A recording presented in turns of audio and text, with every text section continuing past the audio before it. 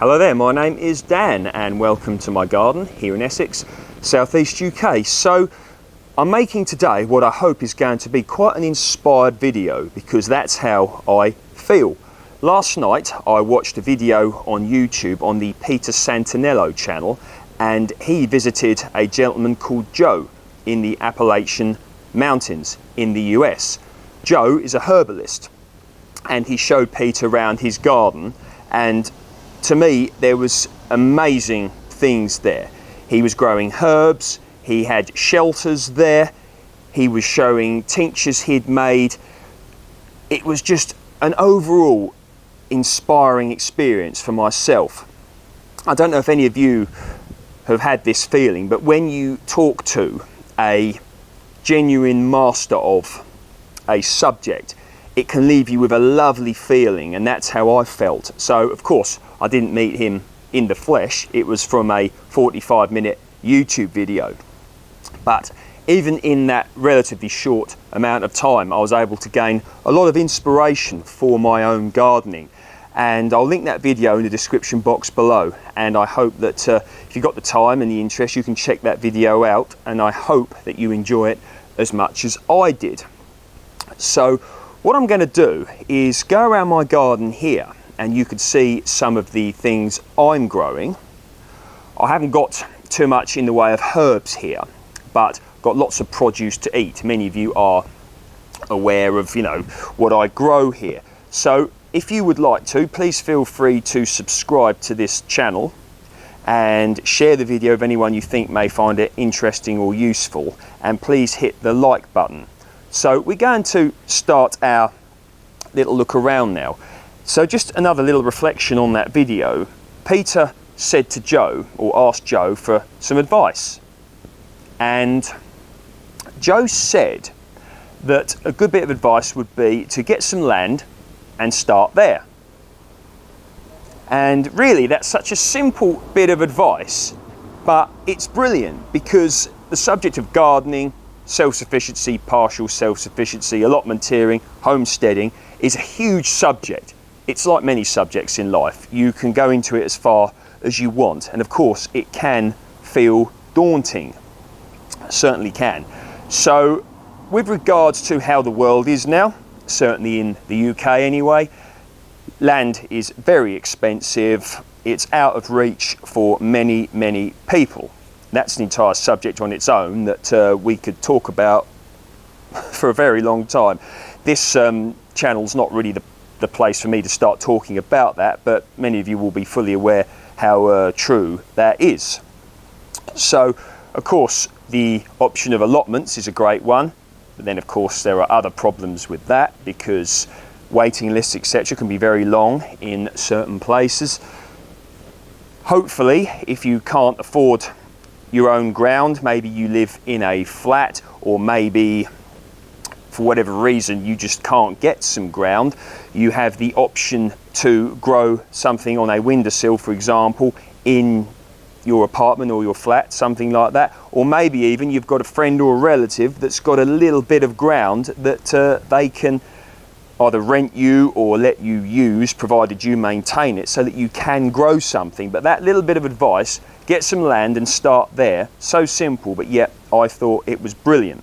So I'd like plenty of comments in the description, sorry, not the description box, in the comments section below, and hopefully we can get some good discussion going, and hopefully we can all feel a lot of inspiration that I'm hoping that is going to come through from this video today, and then you'll check that video out and hopefully feel more inspired. Anyway, so you may see this marrow I've got growing here. Now I didn't actually grow this. I got my cucurbits, marrows, courgettes, squashes, pumpkins, etc. in a bit late this year, but I was actually given this by another gardener. So isn't it wonderful? I absolutely love it. Anyway, we'll have a little look at what I've got growing here, and you can see just the relative high amount of food I'm growing in this small space here. So we'll start down here with this pumpkin here. So it's growing on a vine, and the variety is Pacific Giant. So I grew this variety a few years ago at the allotment, and I produced some rather large pumpkins actually.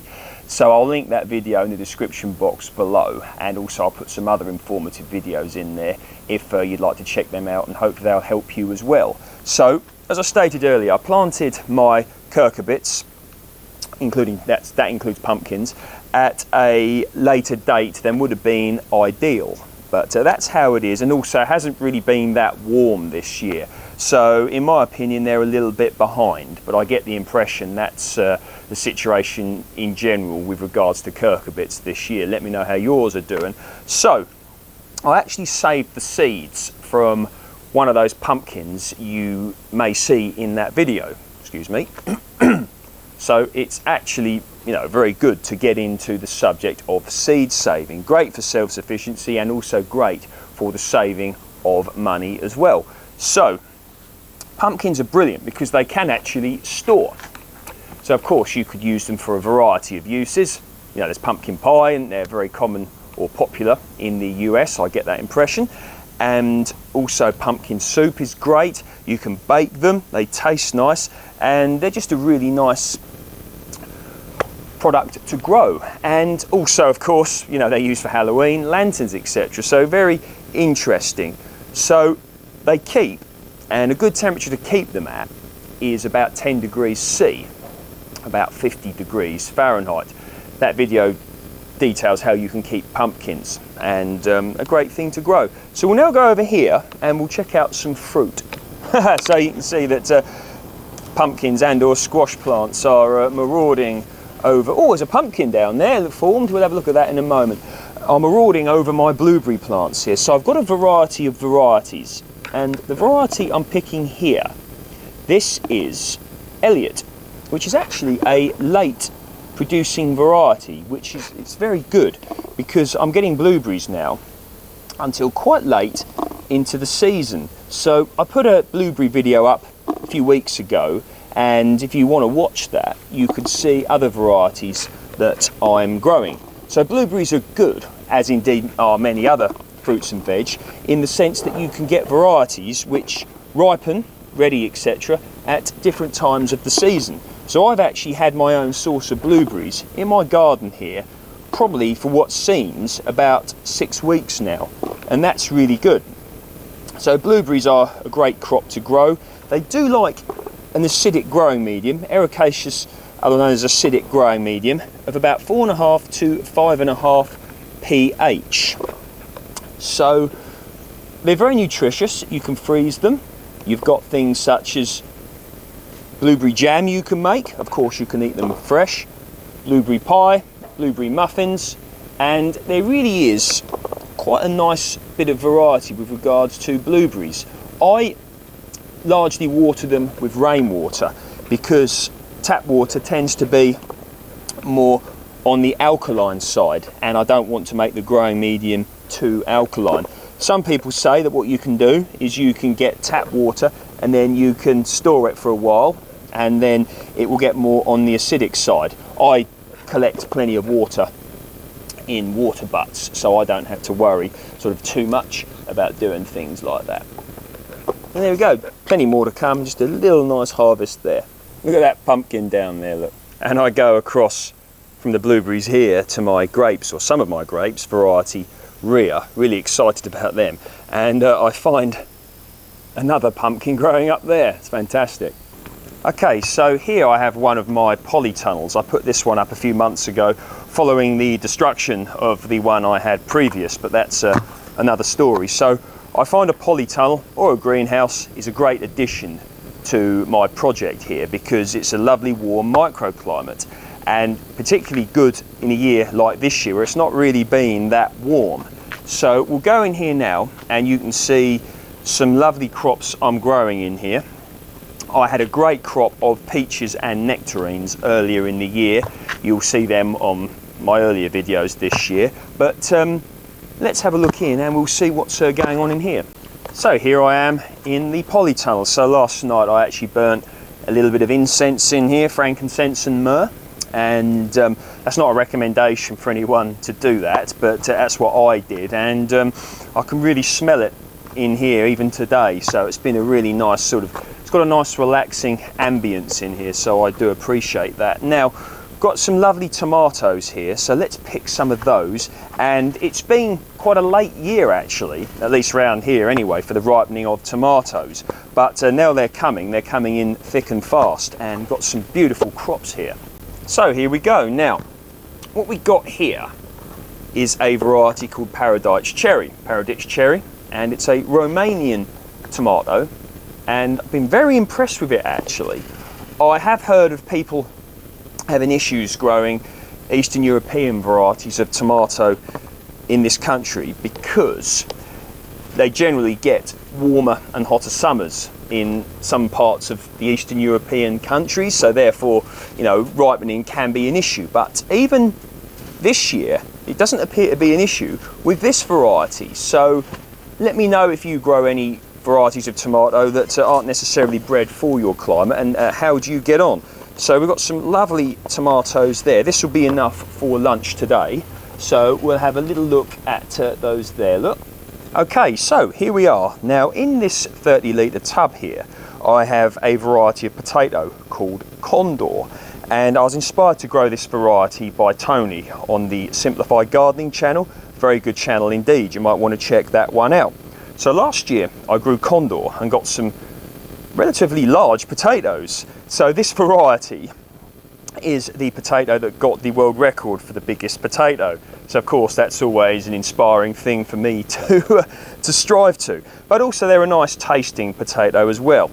So I saved a lot of last year's crop, and I actually grew all the potatoes I'm growing this year from last year's crop, which is just as well actually, because it seemed quite hard to get hold of Condor potatoes earlier in the year. Did any of you try and grow them and find that?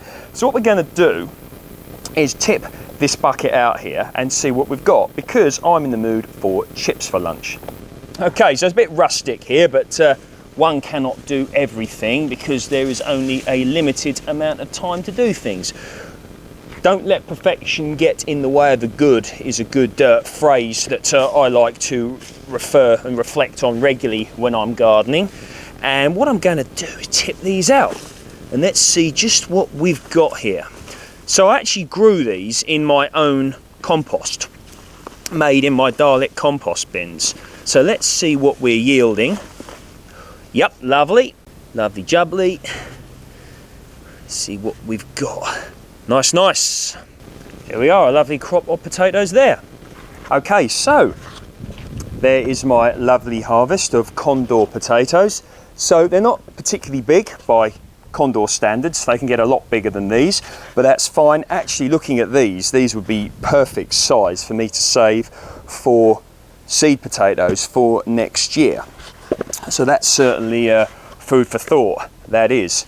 So you notice that I tipped the bucket onto the bed here, the veg bed.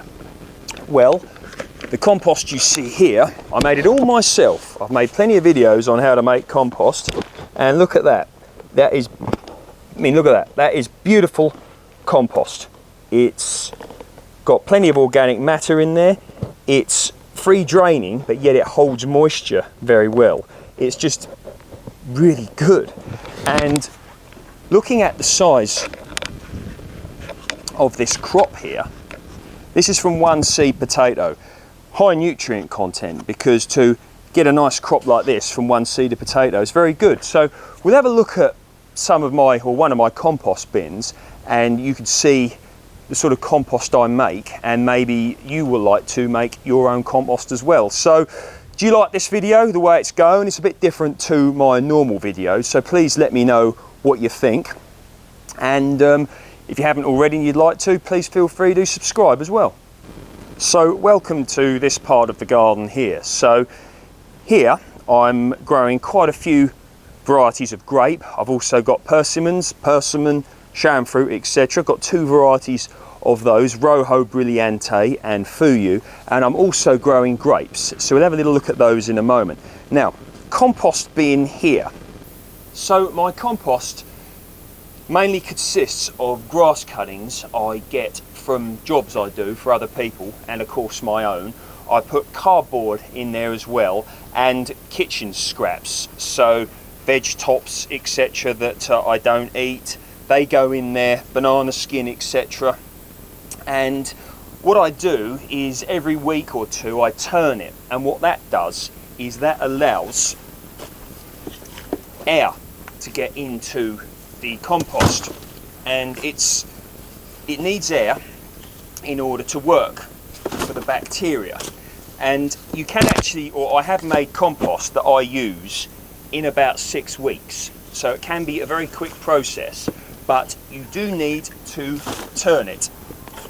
So you also need to make sure that you keep it wet enough, and the wetness that you want is when you squeeze it, just a few drops to come out.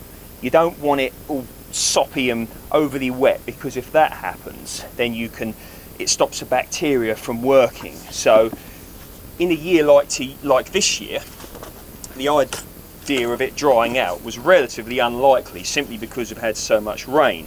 But in other years it can indeed dry out relatively easily, so be vigilant. If you're living in a very wet area where your compost could get very wet, what you could do is maybe make it in an area that is under cover, so you can control the amount of the amount of water that you put in, or you can make a little cover so that the rain washes off. That's certainly an idea as well. But growing your own compost, making your own compost rather, is a very much worthwhile thing to do, in my opinion. So going to continue to turn this compost. So I've had this working away now for about 2 months, because I've been adding to it as time goes on. So what you can do if you want to make your compost quick, what you do is you just pick an amount of ingredients and then you keep working that until it's ready. Keep turning it, keeping it moist, etc. Don't add to it, because of course that will add to the time it takes in order to produce your compost. But as I stated, been adding to this in order to create a bigger volume of compost. And you can see I'm using these big tubs, which I really love to use because it's just so easy, isn't it, from here into that. Whereas if I'm using the tumbler Dalek compost bins, as great as they can be, they can be a bit more on the fiddly side, so I find these very user friendly. And I actually got these from the local auction and got them for a very good price when you think how much these would cost if you bought them new. And that then of course it's recycling as well, so it's money saving, recycling, composting, brilliant. And that moves me to my next point here. So here I have a table, so it's like you sort of would have a parasol up there like that. Well, I was actually given this during a job I did for someone. I'm a gardener by trade, I do jobs for other people, and they were going to throw it out, and I said no, get off. I said no, I'll take it, and I put it to good use ever since. Many of you may have seen me use this in many of my planting videos that I do. So from here we'll pick some runner beans. So this is variety White Lady, and they are a beautiful white flowering variety, and I've had a lovely crop this year. It's been perfect weather really for the growing of runner beans around here. Runner beans don't like it too warm. They don't like going over about 25 degrees C, which is about 77 degrees Fahrenheit. So they've not had much of that. They've also had plenty of rain as well, and it's resulted in a lovely crop. I've had quite a few actually, that I've actually been able to give quite a few away this year, so that's always nice with regards to the sort of community factor, to be able to sort of share produce with other people. Maybe if someone has got too much of something and someone else hasn't got too much of that, but they've got something else, it's a nice little sort of sharing community thing. You could also look at it as bartering maybe even, but yeah, White Lady runner beans, another one down here, really nice variety to grow. So in this garden here I've also got some lovely crops. So going to pick some kale here, and this is variety Nero di Toscana, and I really like kale. So I've actually found that if you're limited or are very much into container gardening, kale grows very well in containers, whereas I've noticed that cabbages can struggle a little bit hearting up. I'm not saying it can't be done, but I've noticed that kale tends to thrive, if you will, or at least do better than cabbages in containers. So that might be something you wish to consider. Kale, in my opinion, is one of the best things that you can grow because it really is such a nutritious and delicious crop, and you can sort of get that cabbage taste, if you will, without actually growing cabbages. Now, of course, you do need to make sure you cover them up, because if you don't, when they're young, birds such as pigeons around here absolutely adore them, and when they're older, later in the season, or if at that time of the season, cabbage white butterflies really love to eat them. So, well, the butterflies don't, but the caterpillars that come from the eggs that they lay like to eat them. So there we are. So got some kale there, that'll be lovely for lunch as well. So we're going to get some more runner beans from here. They just keep coming this year. And I've noticed that I'm not getting any black fly, and I don't know why. I can't really remember any time I've ever grown runner beans and not got black fly. So have you got black fly this year? Let me know, because I certainly haven't. I'm sorry if that's rubbing some people's noses in it, but that's the case. Anyway, so I'm also growing some climbing French beans here, and this is a variety that I'm growing for the first time this year, and it's variety Cobra. And these are actually quite small when it comes to, I hope you can see those, these are actually quite small when it comes to some of the Cobra climbing French beans I've grown. But Cobra, very much recommend them, and they're nice tasting. Here we go. I mean, look at that. Now that's quite big, that one. The same size as, much longer than my hand. So yeah, Cobra is an absolutely delicious climbing French bean. So I've actually just noticed a delicious strawberry down here. This is actually a later strawberry. They've all finished, but oh yeah, that's beautiful. Look at that. Now this is variety Malling Centenary, and it's actually a very important commercial variety now, Malling Centenary. Look it up. It's a modern variety, but it's got a delicious flavour and very easy to pick, and it's just a delicious strawberry. So you might consider growing Malling Centenary if you want a lovely strawberry to grow. So I was going to eat this after the meal that I'm soon to cook. So I'm going to be cooking a meal shortly of everything that, or it's going to consist of everything that I've picked today, but I can't resist it.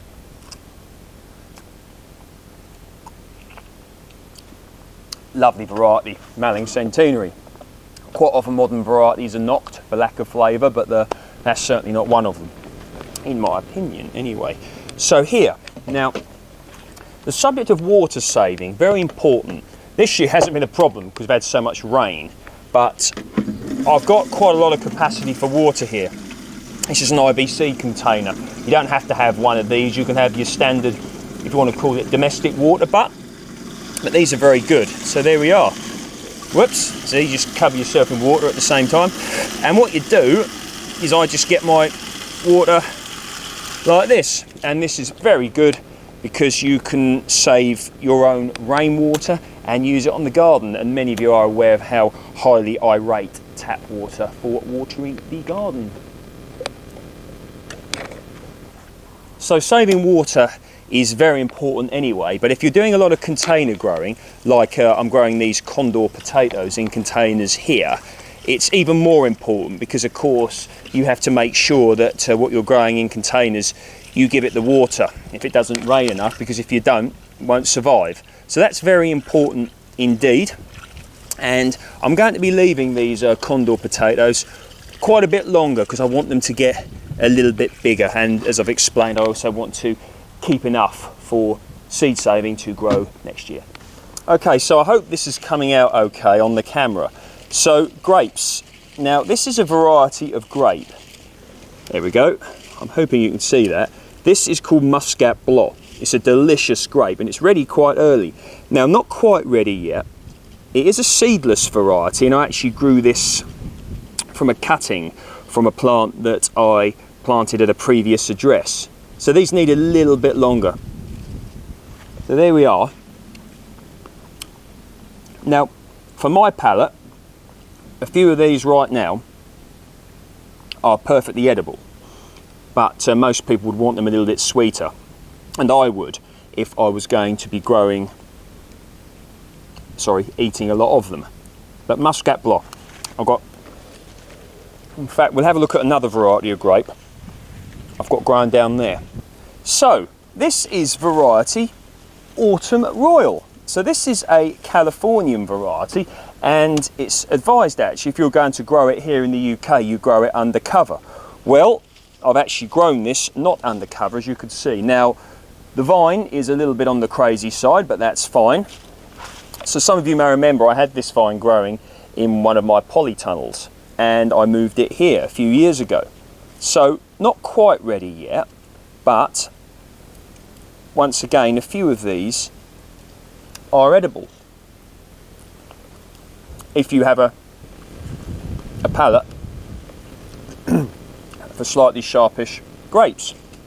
But yeah, quite interesting actually that I've got semi-edible grapes in the middle of August.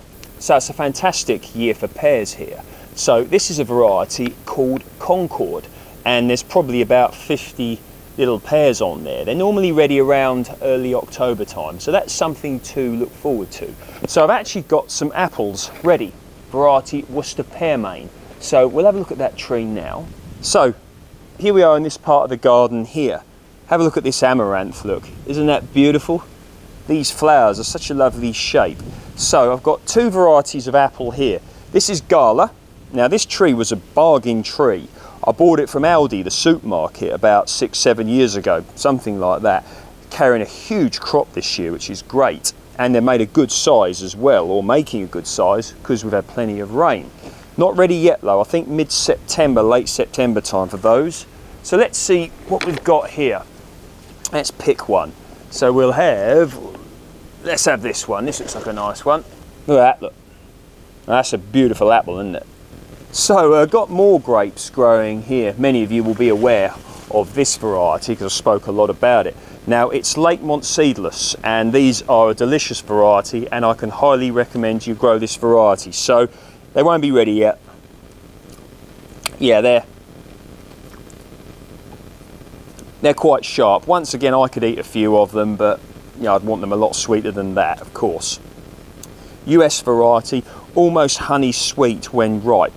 Very delicious variety to grow, and the vine here is carrying a good crop. They are a small bunch of grapes, so for those of you who would rather have a bigger grape, a variety called Rhea you might want to look into, but I won't feature that in this video, but I've featured it in previous videos, and it's soon to ripen, hopefully. So you'll see just how lovely that variety is at the time of ripening. So I just started to wash some of the vegetables that I'm going to be cooking, and then I thought I've forgotten the beetroot. So I've got some beetroot here. Now the variety that I'm going to be picking today is called white albino beetroot, and what that is a beetroot, unsurprisingly, that is white. And I got the seeds of this variety from Real Seeds, which I highly recommend as a seed company. So there we go. So here it is, really delicious variety. Some say it could be considered a little bit sweeter than, say, normal purple beetroot. I'm not so sure, but I really enjoy growing it. So on the seed packet, I believe it said that it's been found that white albino beetroot was grown in Roman gardens. So that brings me on to the point of when you grow your fruit and veg, you really can get into a bit of heritage. Not necessarily saying it was this variety specifically, but for example, certain varieties of peach, fruit, apple, whatever, have got quite a history behind them. For example, Court Pendu Plat as an apple, believed to be the oldest known apple in cultivation, I believe. That's what I've heard anyway. So do your own research, have a little look, and you really can elaborate what you're growing in your gardening and food vocabulary, because it really is so important, because you don't want to just limit yourself to modern varieties, because you could be missing out on something very beautiful. So down here, a little bit of celery here. And this is a variety called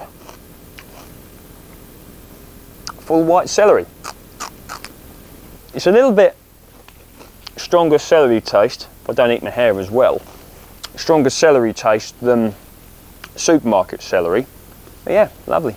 Okay, so here I sit in the garden that's provided me with this beautiful food. I'll show you that in a moment. So I'm drinking a cup of tea here, and I've had a tea bush growing in a pot over there. So I'll show you that. So here we are with the tea plant. So they are a member of the Camellia family, and they do like the growing medium a bit on the acidic side, ericaceous, and they also like plenty of rain. So we've had plenty of rain this year. It's resulted in some lovely growth. So I took off 4 tea leaves and I made my first cup of tea from this plant, and I'm quite enjoying the taste of it actually. So the tea that I've made, I'll just show you it. This is probably not the proper way of making it, but it tastes like green tea. So that's brilliant, really delicious. Now, this is the dinner. So all of the food ingredients you see on here are from this garden. Now the chips, I did fry them in coconut oil, so that's obviously not. And I've also got some sea salt on here and some apple cider vinegar. So you get the idea. But the vegetables, the tomatoes, the potatoes, the runner beans, etc., all from this garden, and it's delicious. And over here for dessert, we'll have a little bit now. I chopped up the Worcester pearmain apple, and we also have the fresh blueberries. So I'm going to eat this now in the garden that's provided me with this. So the world can be, it's, you know, what's going on with the world at the moment, etc. It can be hard sometimes to take a moment out, and today I'm having a day out at home, if you know what I mean. Don't do it very often. All got stuff to do, jobs, chores, maintaining gardens, you get the idea. But sometimes it's lovely to just do what I'm doing here. And it's such a simple thing to do, you know, to just grow some of your own ingredients, cook yourself a meal from it, and sit in your garden and eat it. Can have so many benefits to your overall health in more than one way, if you know what I mean. And even if you don't grow everything that you're eating like this in your garden, it doesn't matter. You know, even if you grow a few tomatoes, or even if next spring you get a tub like you saw me have earlier, and you chuck a supermarket bought potato in it and chuck some garden soil on top, you know, you could get a nice meal of potatoes. You'd have to then earth the pod up at a later date if they were main crop potatoes, or if they were first earlies, you could just get a first early potato, chuck it in and leave it, let it grow, water it, and away you go. I think you get the idea. I do appreciate your time spending it with me whilst doing this. It means a lot, and I hope to continue making videos. See you in the next one.